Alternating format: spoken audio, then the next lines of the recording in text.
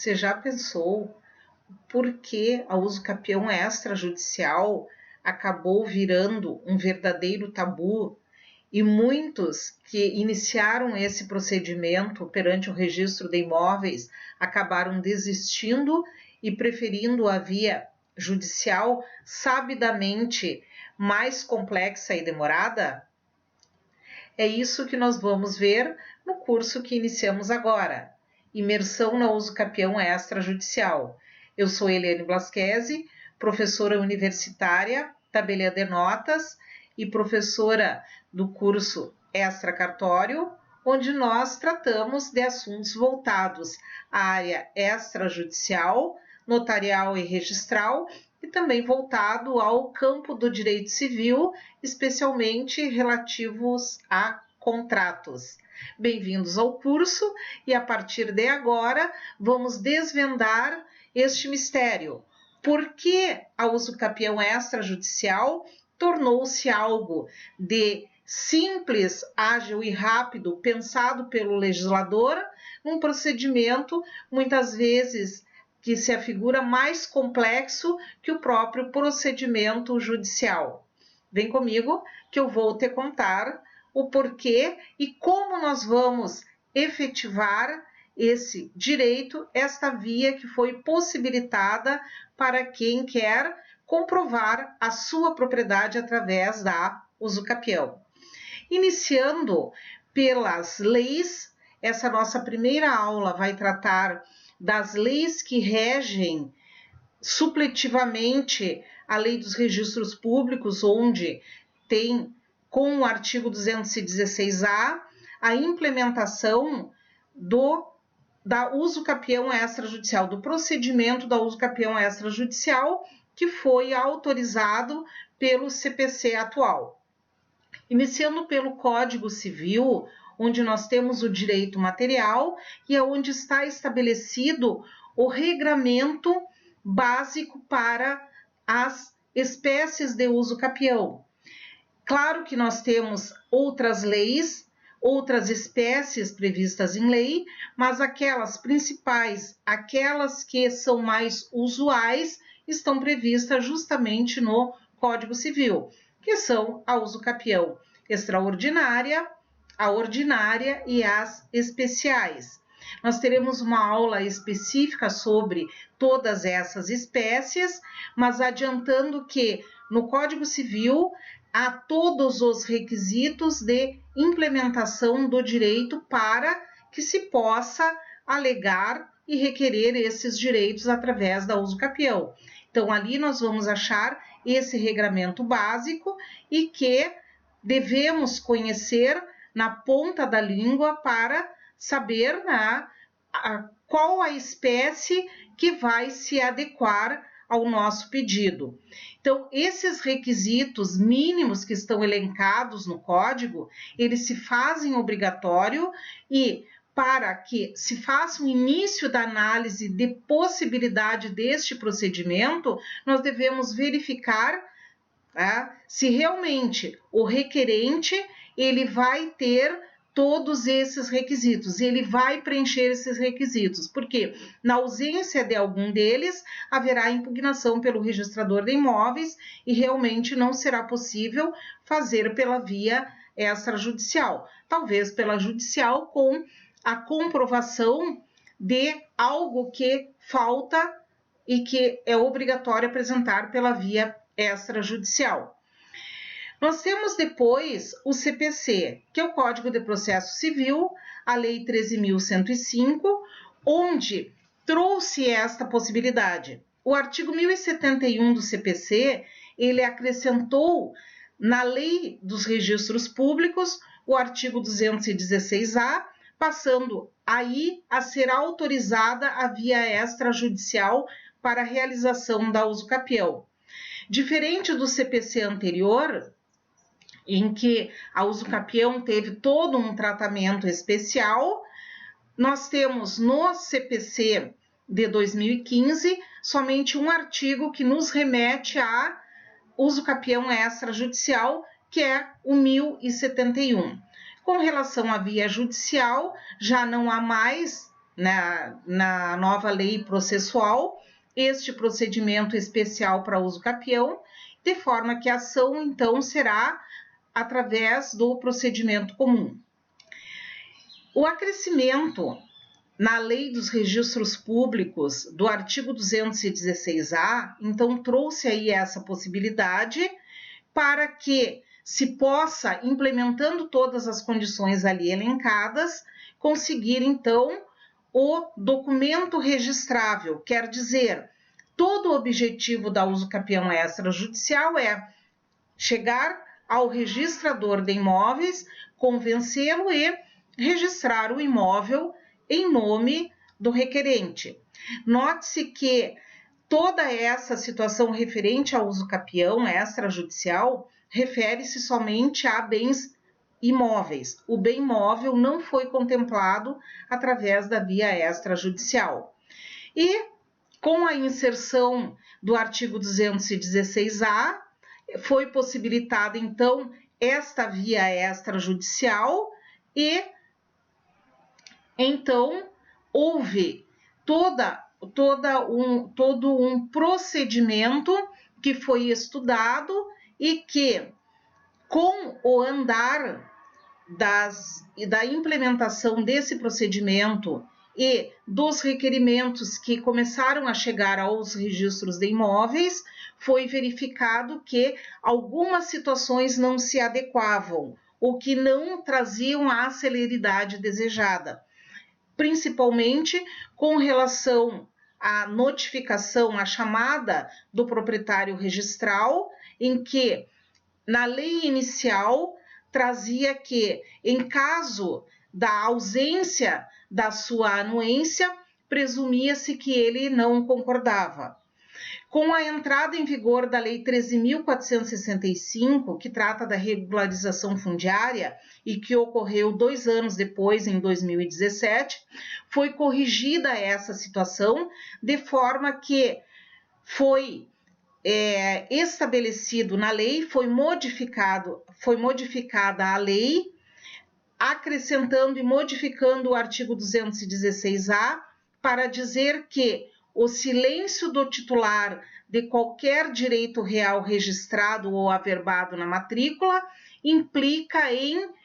concordância, quer dizer, se ele não se manifestar no prazo estabelecido, segue o procedimento da uso capião extrajudicial como se ele tivesse expressamente concordado. Essa providência da Lei 13.465 foi salutar para que nós pudéssemos realmente efetivar o procedimento extrajudicial, porque até então esbarrava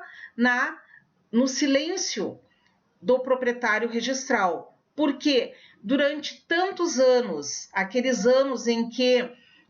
houve aí a implementação do tempo de posse ad usu capionem,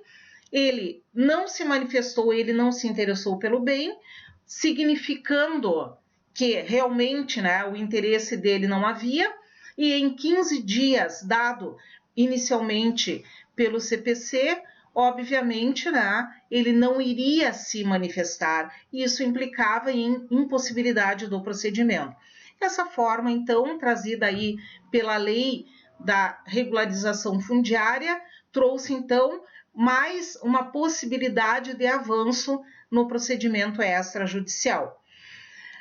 Havia ainda muitas dúvidas e, durante 2 anos, esse procedimento andou a passos muito lentos.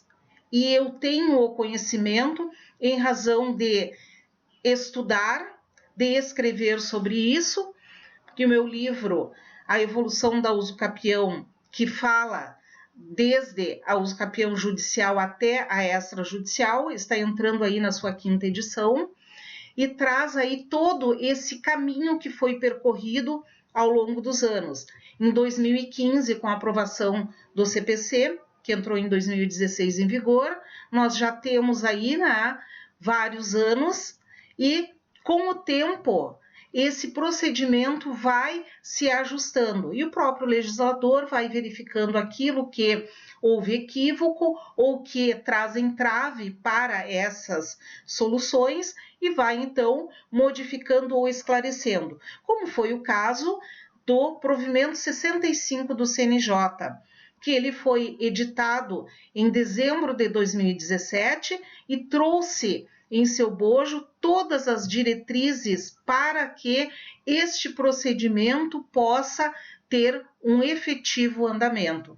Então, essa regulamentação trazida pelo provimento, ele trouxe, então, esclarecimento daquelas situações que não ficaram muito definidas na lei. Porque vejam que toda essa modificação, ela veio através de somente um artigo na Lei dos Registros Públicos, que embora o artigo 216A ele seja extenso, ele não abarca todas as situações. E as dúvidas acabavam ficando no campo do achismo e na interpretação dos registradores. Aqueles que tinham um conhecimento mais aprofundado ou que tinham um entendimento de que tudo deve andar para que se dê efetividade para o procedimento, havia então o registro. Aqueles que, por ou desconhecimento ou por ter um entendimento mais rígido sobre todos os procedimentos, acabavam não registrando. Isto ainda ocorre, porque há muitos casos que chegam ao meu conhecimento e que há o pedido de que eu faça palestras, de que eu promova alguns encontros em algumas cidades com registradores e tabeliães para que haja, então, uma forma de esclarecimento e de verificação do porquê que esse procedimento não se verifica na cidade em que os requerentes possuem estes bens. Claro que a minha forma é uma forma como professora, que eu trago aí esse conhecimento para vocês, e como tabeliã de notas, o ato que eu realizo é somente a ata notarial, mas devido ao aprofundamento do estudo que eu faço sobre a matéria, muitas vezes em conversa nós identificamos aonde há esse entrave e tentamos então ajudar, né, a solucionar para que seja possível, uma vez que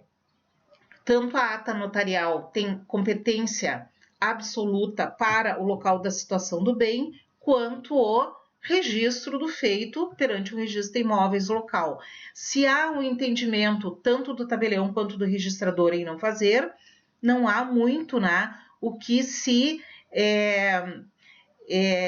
encaminhar,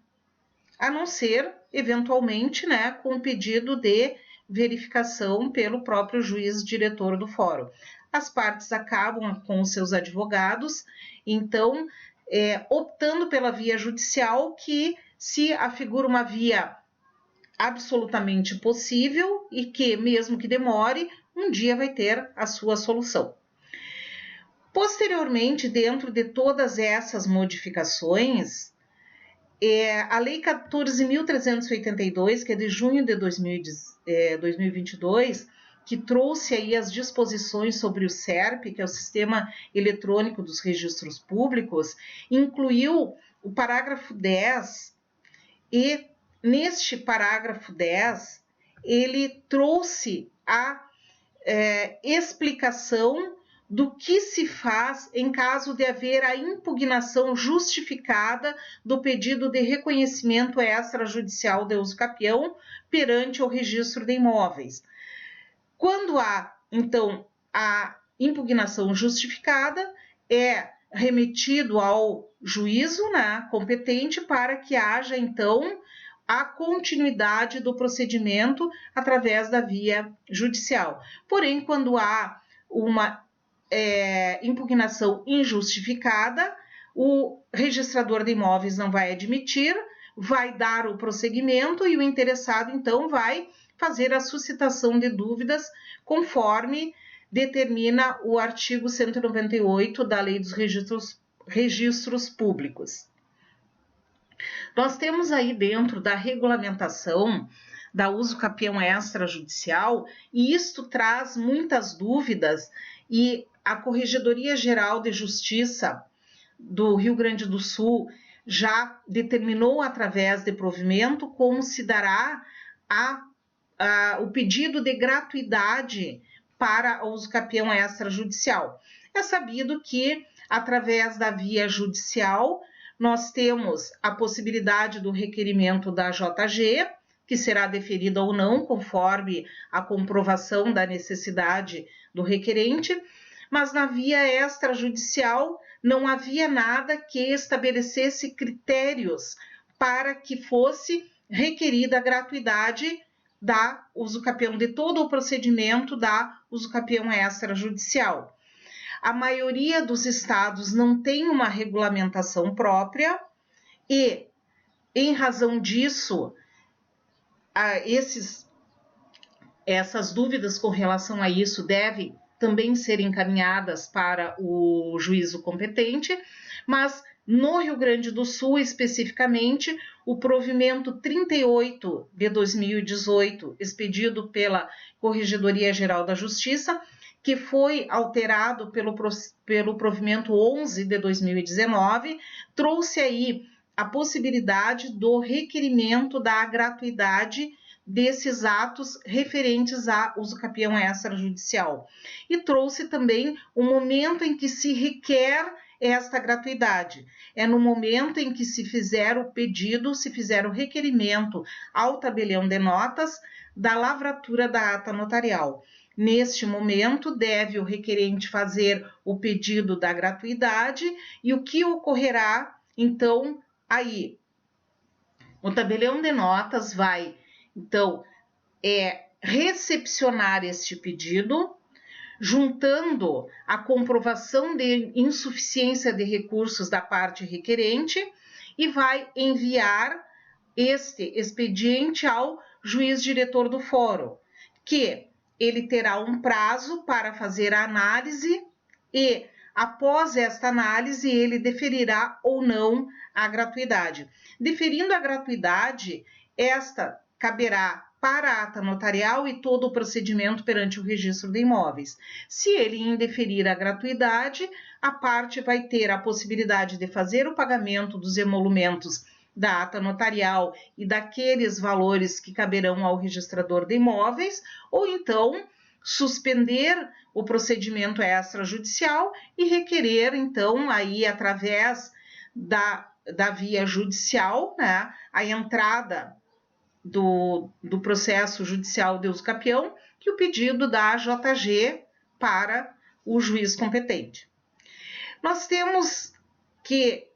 todo esse procedimento da uso capião extrajudicial, ele traz a necessidade de notificações. Essas notificações, elas são feitas através da forma extrajudicial, por óbvio, ou pelo registrador de imóveis em algumas circunstâncias, através de carta com aviso de recebimento ou através do registrador de títulos e documentos.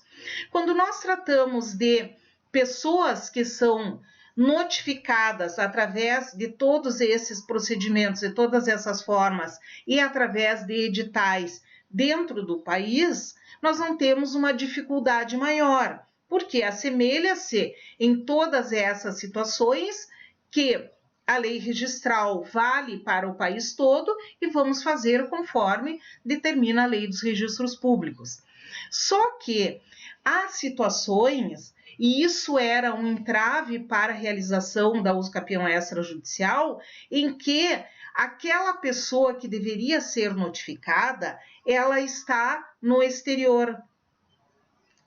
E aí, qual era a solução? A solução era se fazer pela via judicial e se fazer, eventualmente, as notificações, intimações, citações, através, então,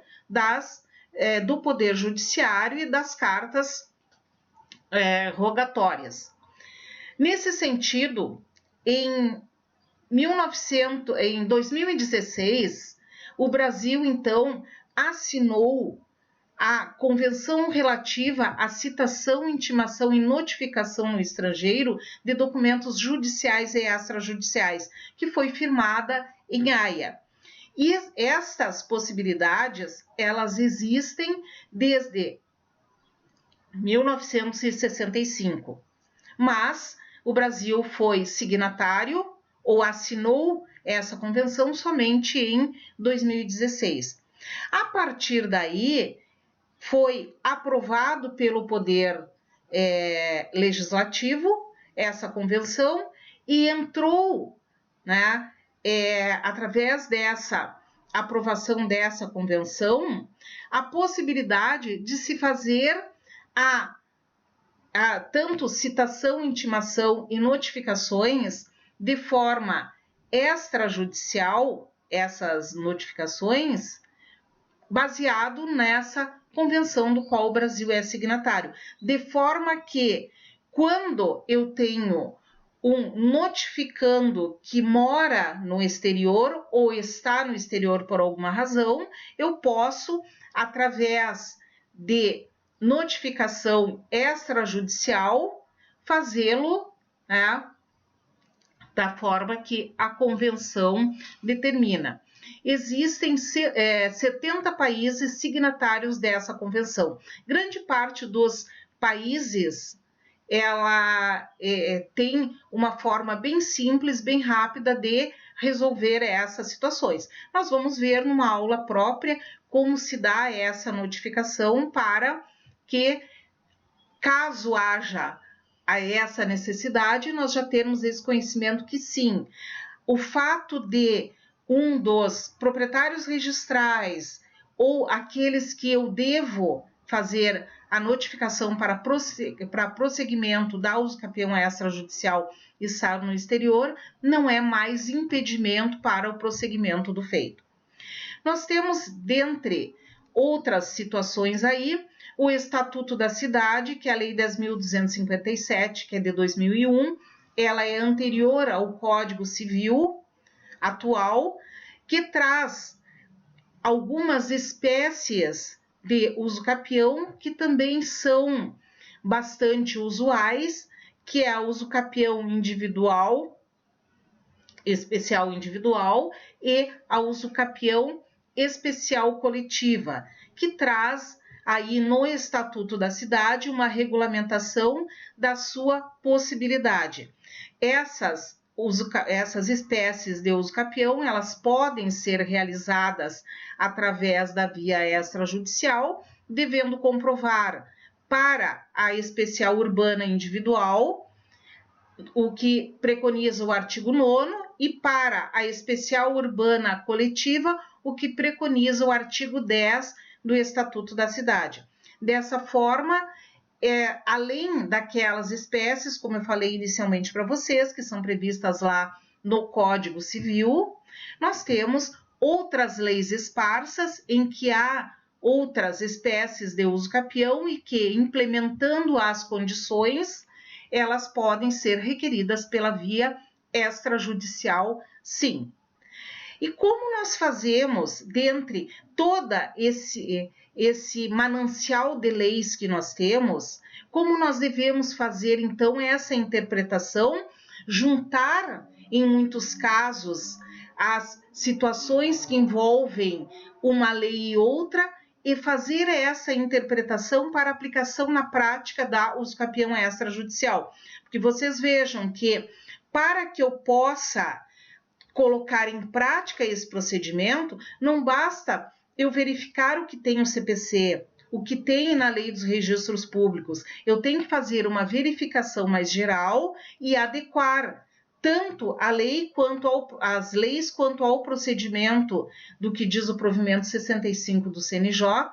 e, em muitos casos, ao que determinam as corregedorias locais. Nós temos que verificar se há alguma regulamentação a nível estadual com relação ao usucapião, para que nós possamos dar, então, o adequado procedimento e que nós possamos, né, então, atingir todos esses requisitos objetivos para o registrador de imóveis registrar este nosso procedimento extrajudicial. No Rio Grande do Sul, fora o que trata sobre a gratuidade, nós não temos, na consolidação normativa notarial e registral, nenhum tipo de regulamentação específica para a uso capião extrajudicial. Então, aplicamos o que diz a legislação nacional e o provimento 65 do CNJ. Nós temos, então, que nós estamos,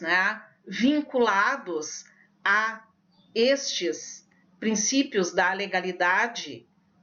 de forma que temos que atentar ao que diz a legislação, tanto tabeliães quanto registradores, mas